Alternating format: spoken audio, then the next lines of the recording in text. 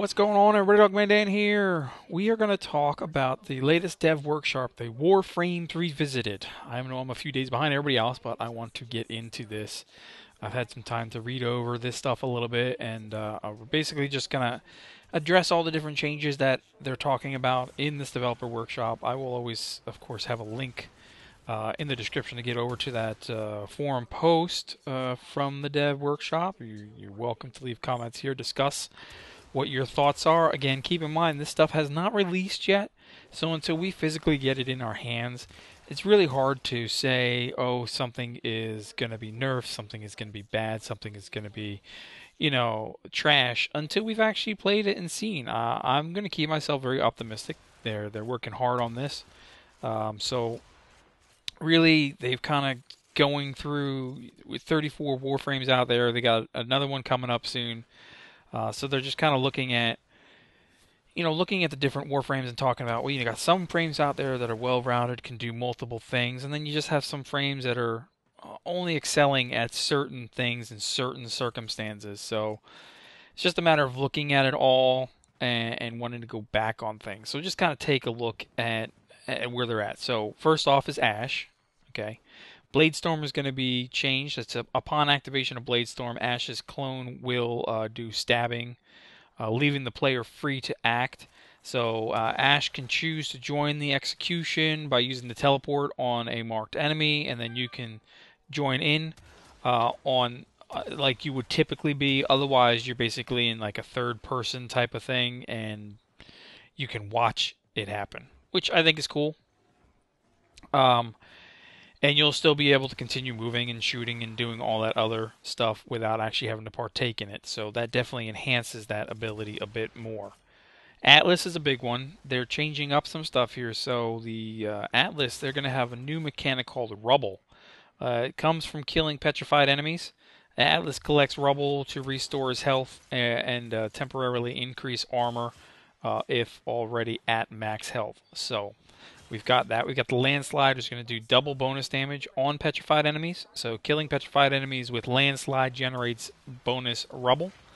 They've also increased the contact radius at max rank from 1.5 to 2 meters, so a slightly bigger range. Petrify. Petrify can be used on tectonics bulwarks to increase rolling velocity and damage. This can also cast on rumblers now to heal them, and the ability to cast any ability while Petrify is active, or able to basically cast any ability now while Petrify is active. So using Landslide to move between enemies or erect rumblers and bulwarks without Petrify ever turning off, and then Petrify's speed is also more effective at longer ranges. So that's going to be an interesting change. And of course then we have the rumblers, the while casting creates an AoE around Atlas that will petrify an enemy that comes close. So rumblers create rubble when they expire based on how much health they had. Big changes to Atlas. Just looking at the way they're changing the mechanic and adding in this new rubble, and it's all really going to work with each other, everything, synergizing, if you will. That's going to be awesome. I think that's going to really enhance the whole Atlas in general. Okay. Now Banshee's going to be interesting. So Banshee, what they're looking at really is the resonating quake augment. So the changes will be upon casting. If you're using the augment, this is going to place quake that does not require channeling to maintain, and meaning Banshee can move freely. Okay. Currently, when you use quake, you're stuck in that spot. Well, when the update comes out, Resonating Quake, the augment will allow you to drop it and then still move around while that's happening. So that gives you movement now, which is a big change. It's going to have a short duration and it doesn't move with the player, but it has double the range of the regular Soundquake, but does more damage near the center. So it's going to have a drop-off, obviously. So the more damage, the closer the enemies are to the center of the Resonating Quake, the more damage it's going to do versus farther out. So we're going to still have trade-offs, but I think that's a really good change because it's really going to enhance the capabilities of Banshee in general. So you're going to have a couple different ways you can really play Banshee. When you're talking about Chroma, the Spectral Stream, they're going to remove walk speed and jump restrictions. So you'll be able to freely move while that's active. Damage output is also now affected by Vex's Armor's Fury bonus. So that'll be pretty crazy. And then the Vex Armor, they're going to fix the long-standing issue with the number of calculation between multiplicatives. Okay, so boost now applies before upgrades instead of after, making the ability consistent with all other damage boosting abilities. Overshields are now considered for Vex Armor. So Chroma's Vex Armor remains one of the top performing damage multipliers in the game, and now it's an aura. So instead of just being focused on Chroma, it can now benefit allies in range as well. Huge changes to Chroma right there with just those two. They're going to fix other issues where Chroma would deal no damage with Vex Armor active. While this sounds like a simple fix, it actually has taken a long time to do. Figuring out and resolving armor actually takes as back as Chroma's beginning. On original power creation, they use some less than ideal calculation methods to create Scorn and Fury's effects. So if you're an avid Chroma user, you probably know the power maximizing this ability brings. At some point in Chroma's future, they will need to revisit and use ideal methods for his abilities. And of course, they'll inform us in advance when that happens. But looking at it, that's going to be some beautiful changes, I think, to Chroma. Honestly, and I don't play Chroma a lot. I did like it when it did come out. Obviously, we all fall into the frames that we really like. But with these changes coming, I think it's definitely going to open up everything that's out there. People are going to take a look at some of the other frames more, I think, honestly, compared to, before just you sticking with the ones you want. You may actually go ahead and actually relook at some of these. And I definitely plan on relooking at them when they get out here because I want to see. Ember's World on Fire. So 5 seconds after casting, a percentage will begin counting up on the ability icon. As this percentage scales from 0 to 100% over 10 seconds, the ability's energy cost and damage dealt both grow to double, while the ability radius shrinks to half. That's interesting. So you're going to cast World on Fire. 5 seconds after its casting, it's going to start to increase the ability all the way up to 100% scale. The ability's energy cost and damage will grow to double, which is kind of cool. The energy cost is not cool, but the damage growth is cool. And the ability radius will shrink. I can see how that is. I can understand how that is because currently you drop World on Fire and it's just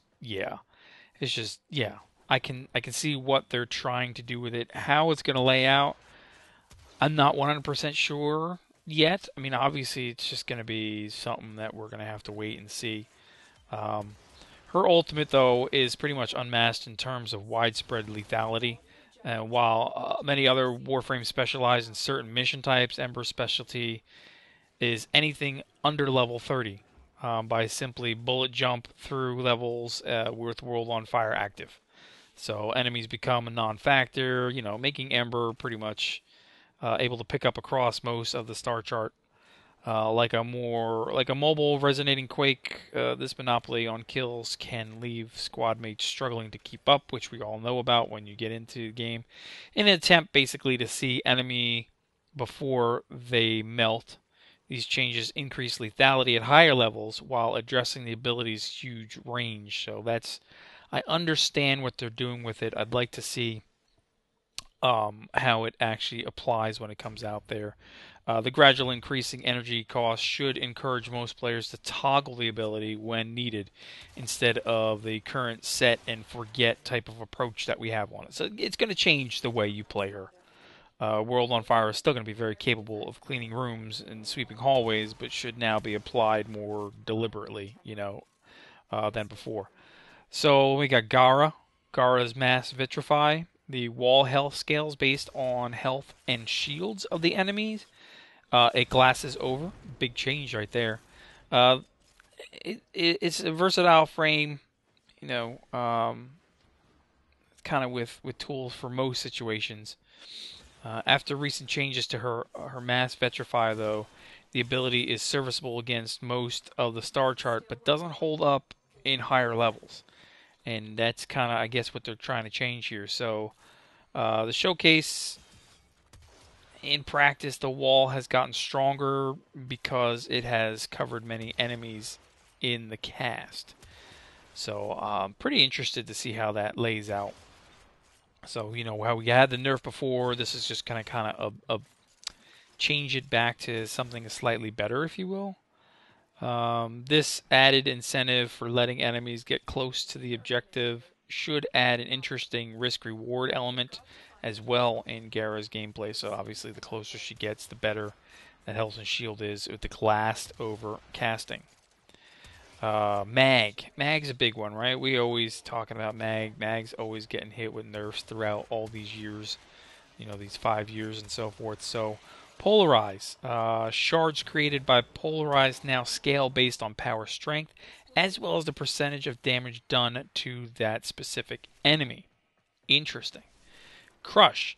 Each stage of Crush emits a shield heal from Mag, restore shields to nearby allies per damage instance based on the number of enemies affected.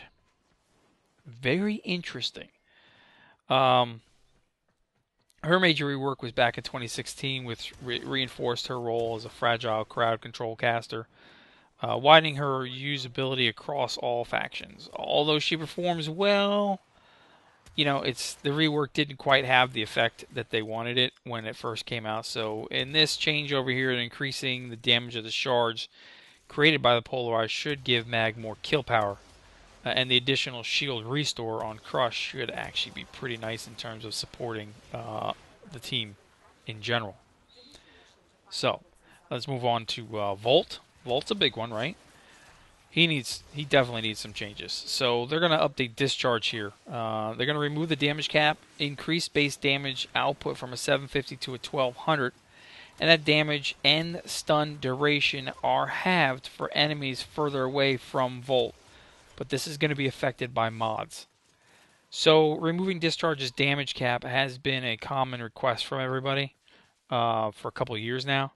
And they've tried testing it before internally and decided it was too much. So stunning all enemies for 20 seconds plus through walls and inside spawn closets had a serious disruptive effect on gameplay.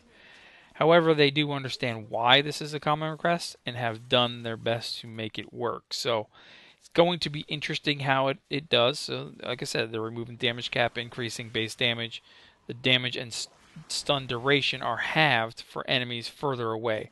I can agree with that. I can definitely agree with that. So, I mean, if they get farther out, they're hidden, they're not, you know, someplace in view distance, I can see why that would be taken down into effect. Lightning strikes are most fierce at the center anyway, so to accompany that damage cap removal, Discharge is now less effective at medium-long range, doing less damage and stunning for less time.